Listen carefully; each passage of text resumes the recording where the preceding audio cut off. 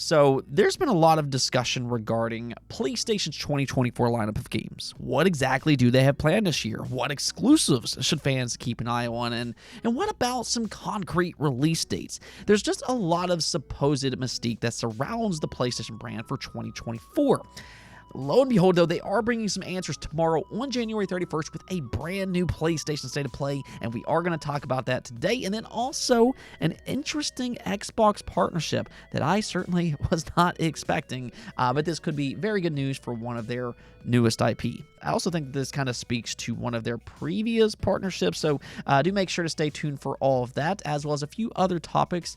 But let's just go jump right into things, starting off with that PlayStation State of Play. Like I said, there's been a lot of questions this year for the PlayStation brand. This is a brand that's largely been built in the backbone of their first-party exclusives, and the last 2 years has been a little different for them. Everybody's been kind of wondering where are their first-party games. But the truth is, AAA game development takes a lot longer now. So people might want to go ahead and be patient on that front, but that doesn't necessarily mean they don't have games coming. And I think this new PlayStation State of Play is really going to showcase that. According to a few leaks, which appears to be pretty accurate right now, they will be showcasing various different exclusives at their 40-minute long showcase. Yes, this is going to be a very long showcase, which when you see the leak, it does kind of make some sense. There's a lot of big-time games set to make an appearance here at this event, and you know what? Let's just kind of take a look here. Now, this is according to Nick Baker, who put out this tweet, which reads, "On the 31st, Rodents will rise, will die stranded, have a rebirth, and Kojima will fulfill his dream. Sonic will live in a shadow of his generation, while the hills will remain silent until the dawn when you'll need to catch the metro. Just don't be a Judas about it." Now, he did note that he didn't leak everything. There might be a few other surprises. But this tweet does reference several different games, many of which are exclusive, including Rise of the Ronin. That game is a Team Ninja exclusive. They are such a high-caliber studio, and it is set to release on March 22nd. I do suspect that they will start to ramp up its marketing a little bit more starting at this event. Death Stranding 2 also seemingly will make an appearance, and you know, if this game gets a release date for 2024, that'll be a pretty big surprise. I was kind of expecting it to be 2025 myself, but who knows? If it is actually at this event, maybe they could give us a surprise release alongside its first glimpse of gameplay. I mean, what is this game exactly? I doubt it if it's going to play exactly like the first one, so I'm kind of curious to see what they do with the sequel. Of course, Final Fantasy VII Rebirth will also be there. That continues to be my most anticipated game for 2024, and it is a huge exclusive for the PlayStation 5. He also referenced Silent Hill 2. We know from PlayStation themselves, they did leak this out earlier in the year, that it is planned for a 2024 release, and I think that they will officially confirm that here. This next game, however, though, is probably the most surprising inclusion on this leak. He seemingly hints that there will be a new Sonic Generation game here. Now, I've seen a lot of speculation that this could maybe be a Sonic Generations remaster of sorts, but after this leak started to make the rounds, another interesting rumor since popped up claiming that Shadow the Hedgehog will also be a part of this game. So if that's true, this is not going to be some simple remaster. There will at least be some new content involved, which, you know, it does kind of make sense to include Shadow. A big part of the upcoming Sonic 3's movie is Shadow's inclusion. So having a new game with him in it, yeah, would kind of make sense. So we'll see if all this turns out to be true. Again, I think it does make some logical sense, but I've also always been a big fan of Shadow, so I'm also just kind of crossing my fingers for myself here. The last two games that he referenced here, though, was a new Metro game, which that's a pretty exciting series, and also Judas. Now, for those unaware, Judas is a new IP coming from Ken Levine, which is most known for his work on the BioShock series. So there has been a lot of excitement to see what his next project is, and sounds like we will get another look at Judas at this event. So again, I just think that this showcase is sounding potentially very good. You know, seeing this list, I'm pretty excited right now, but that's also kind of the thing here. This doesn't even include everything that will be there.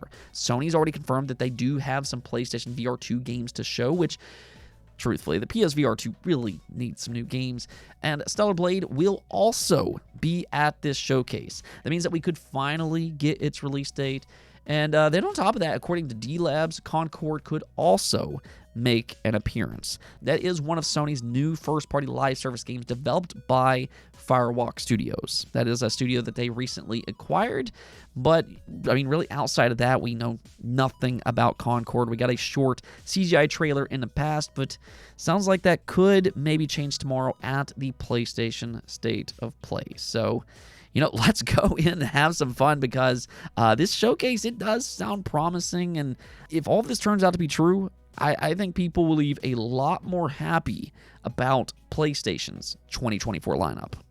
Now, we also got a pretty interesting update for one of Xbox's new IP, being Clockwork Revolution. This is being developed by NXO and seemingly has a lot of BioShock inspiration to it. Now, I imagine it'll probably have a lot more RPG elements, just considering NXO's history. They are one of the more renowned RPG studios around. But something really interesting happened today, and this is starting to become a trend across the industry, especially over at Xbox.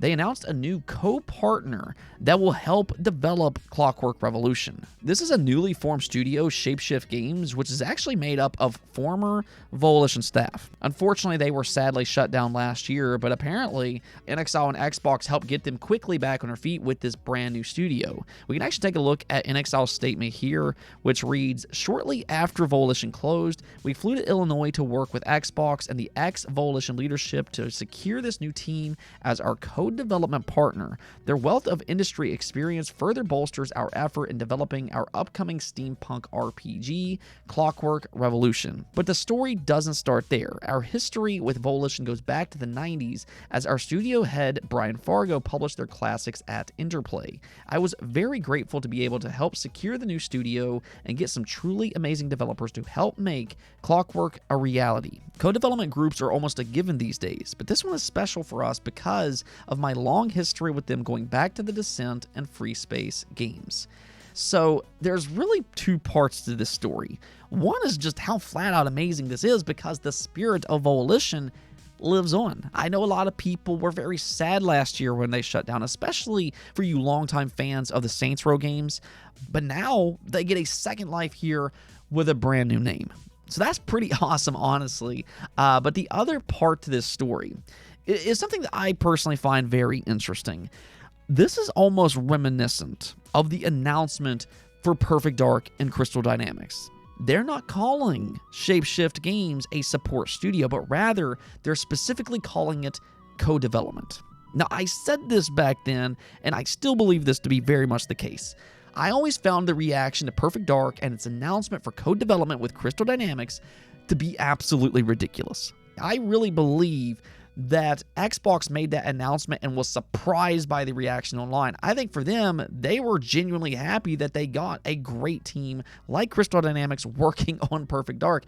That should be an exciting announcement, but, the community took that a whole different way. Like, somehow that means the game is bad, yada, yada, yada.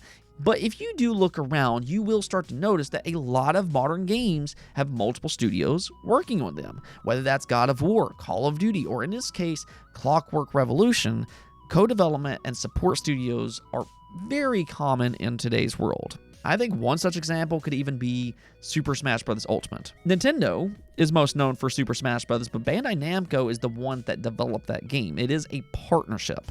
So I don't know. I always thought the co-development discourse for Perfect Dark was just so absurd, and to me, even though this reference might be taboo to some, I think it's an example of Xbox tax. They really are under a different microscope compared to Nintendo and PlayStation. Would anybody have batted an eye if Crystal Dynamics was helping out with one of PlayStation's first-party games? Because I honestly doubt that that would be the case. I don't know why this was even discourse in the first place, but to me, that announcement for Crystal Dynamics on Perfect Dark and now Shapeshift Games on Clockwork Revolution, I think that that's very exciting because, that just means even more talented people are working on these projects. That, to me, makes it sound like there's an even better chance that they will end up being good games. Speaking of Volition, though, their previous owner, the Embracer Group, has added once again. We do unfortunately have more layoffs to talk about today because reportedly, Eidos Montreal is the latest company to be affected. This is according to Jason Schreier, which had a big write-up kind of explaining the situation. And we can read a snippet here which says, the Swedish gaming company Embracer Group AB is canceling a video game in the beloved Deus Ex series after 2 years of development and will lay off a number of employees as part of an ongoing initiative to cut costs, according to people familiar with the moves. Eidos Montreal, the Canada-based studio behind the game, will instead focus on an original franchise. The canceled Deus Ex project, which had not yet been announced, was slated to enter production later this year, said the people, speaking anonymously because they are not authorized to talk to the press. So, this is a big blow for fans of the Deus Ex series, and I think it's also a little bit surprising. I mean, we all know that big Embracer Group deal that fell through, and that's had the company scrambling ever since, but I think in this case, there was hope that they would leave Eidos Montreal and Crystal Dynamics alone. That's two of their most well-known and beloved studios with some major IP under their belt. I mean, you would think that was one of the main reasons that they acquired these studios, for their established IP.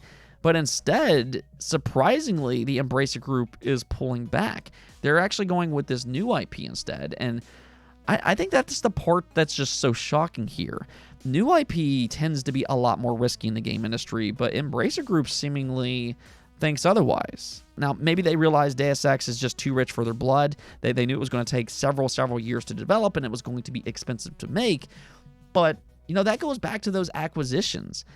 I think Eidos Montreal and Crystal Dynamics under the Embracer Group, as they are today, is among the most unfortunate acquisitions that we've seen thus far. I actually kind of hope somebody comes in and maybe tries to take them off their hand, because currently the Embracer Group is leaving a long trail of death behind them, and there still might be more to come.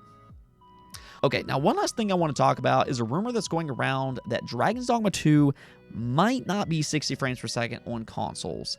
This is according to a Japanese insider that claimed that Capcom doesn't have a performance mode planned, and that Dragon's Dogma 2 will only have one save slot. Now, I understand only having one save slot in an RPG can be disappointing. Maybe you wanted to try different builds, but I do believe the first game was that way as well. Correct me if I'm wrong. But for me, I think the more notable news here is that it could potentially be locked at 30 frames per second on consoles.